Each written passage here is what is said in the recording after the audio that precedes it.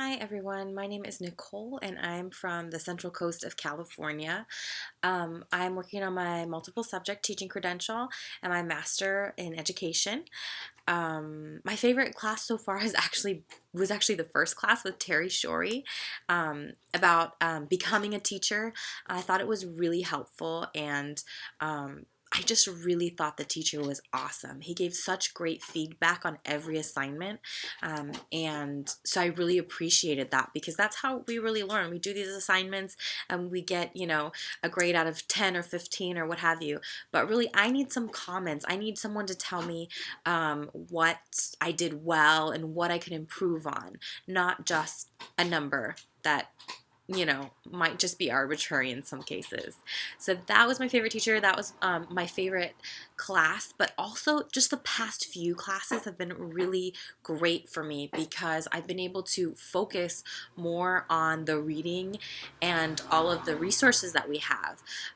In the first couple courses after the very first course, there was so much work, so much reading, and lots of assignments that were due.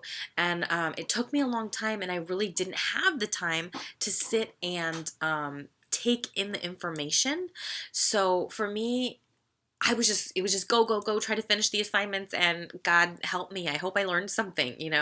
But with these past maybe 3 or 4 classes, we've had fewer assignments, and I've had more time to focus on the reading and the additional resources that we had. And I was super just psyched to see that our reading for this week is review. So I'm like, that's so helpful for me to have this time to review and to really focus on learning, which is really hard to do in an accelerated course like this one. Um, about me as a teacher, I've been working with children for about maybe like 6 or 7 years. I also work with adults. So I started out as an instructional aide in high school, and then I became the language assessor where I administered the CELT for all of the schools in the district, which we've just changed to the LPAC. And after that, I decided I wanted to teach English abroad because I wasn't sure if I wanted to get a teaching credential or not. So that was cheaper to get a TEFL certificate and go abroad and check it out and then come back and see what I wanted to do.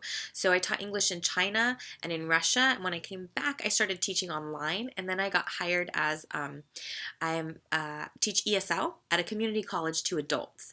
And I also currently work as an instructional aide at in a second and third grade class at a school here in the district. So that's really my experience with teaching. It's mostly been with ESL or as an assistant. So I've had a lot of fun with it so far. But I've worked with 2-year-olds through 8-year-olds, and then that's with kids. And then I think about like high school through adulthood, because when I taught online, I had various levels. When I worked in Russia, I had my own preschool course of 2 to 3-year-olds. And when I worked in China, they were 1.5 actually, 1.5 to 8. I taught like 7 classes or something when I was there. So I have a lot of experience working with a broad range of students, which is cool. Um, my most memorable or exciting moment in working with children has been teaching the 2-year-olds in my own class. In China, I had 1.5-year-olds that were a lot of fun, but I didn't stay with them all day. It was go from this class to this class to that class. And in Russia, I had my own class all day from 8:30 to 5. And so everything those students learned was from me. That was the first time they'd been in school. I was teaching them not just English, but I was teaching them how to properly wash their hands and use the toilet, and how to put on all their winter clothes and change from indoor to outdoor things. So at the end of the year, it was so cool to just realize how much progress that they made and how I was the one who really helped them to do all that stuff. So that was really cool. Really, I realized it when I saw a video that my boss had taken of me and one of my students just going through flashcards and stuff to see what she knew. And so that was really memorable for me, and really made me want to be a teacher. It really made me want to go back to the United States and work with preschool or kindergarten. Um, I have a little bit of experience assessing language and literacy, mainly because I teach ESL, so it was mostly with adults. But I did do it in China and Russia. But as far as the United States go, I did it when I was doing the CELT, and that was with high school students, so it won't really work here. And then it was also the CELT, which we now use the LPAC.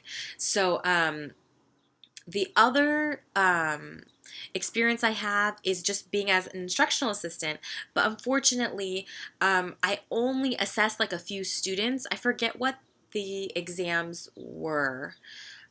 Because we hadn't learned about them when I had to administer them, but it was basically reading a passage and then having to answer some comprehension questions. For me, it really wasn't enough. You go through the training and then you go and you have a student and you actually realize that you do have questions. So I would really like more practice assessing younger students.